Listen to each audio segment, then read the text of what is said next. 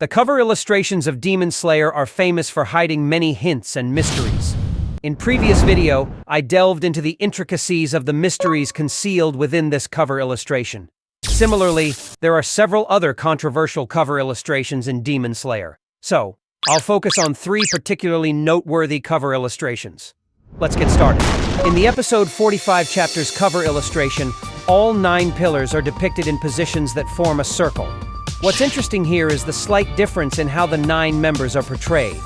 The 3 pillars in the back, Uzui, Sanemi, and Gyomei, strangely don't show their faces, and they are in monochrome. In contrast, the 6 pillars in the front, Giyu, Shinobu, Obanai, Rengoku, Mitsuri, and Muichiro, are in color, and their faces are clearly visible. At the beginning of the series, there were rumors and speculations about this somewhat unsettling cover illustration. The speculation was that the 3 pillars in the back, who had their backs turned, might die in future developments. Indeed, this enigmatic portrayal seemed to foreshadow future events. It made sense to think that if they were going to die, they wouldn't be shown in color, and their faces wouldn't be visible. However, as the story progressed, a surprising turn of events occurred. This happened during the Infinity Train arc, where Rengoku tragically met his end. The theory that the 3 pillars in the back would die began to fade, and a new theory emerged that the 6 pillars in the front, including Rengoku, might meet their demise. The credibility of this new theory was reinforced when Shinobu met her end in a battle against the Upper Moon One, Doma. Following that, Muichiro was defeated by Upper Moon One, Kokushibo. In this sequence, the frontline Hashira members started to perish one by one, making it seem like the theory was becoming more accurate. However, a surprising twist occurred when Gyomei was killed by Muzan. This event shattered the theory that the 6 pillars in the front would die.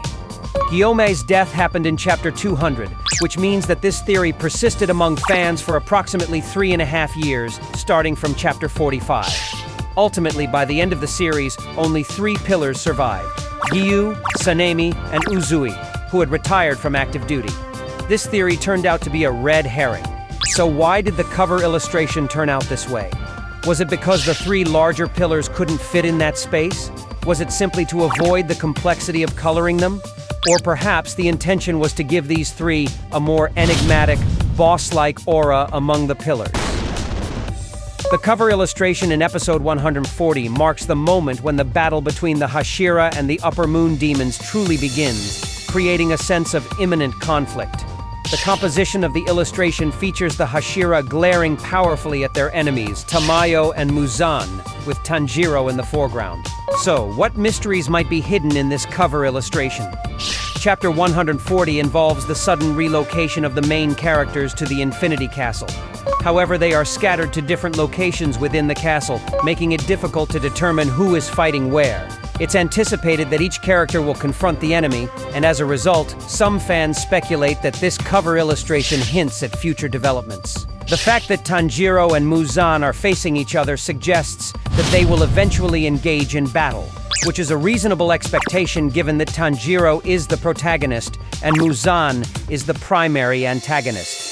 Additionally, the various characters' different facial orientations have led to a theory that those who are looking to the left, similar to Muzan, may meet their demise, while those facing to the right, like Tanjiro, may survive. Characters facing left who were thought to potentially perish include Muzan, Muichiro, Shinobu, Giyu, and Obanai. On the other hand, it was expected that characters facing right, such as Tanjiro, Sanemi, Tamayo, Gyomei, and Mitsuri, would survive.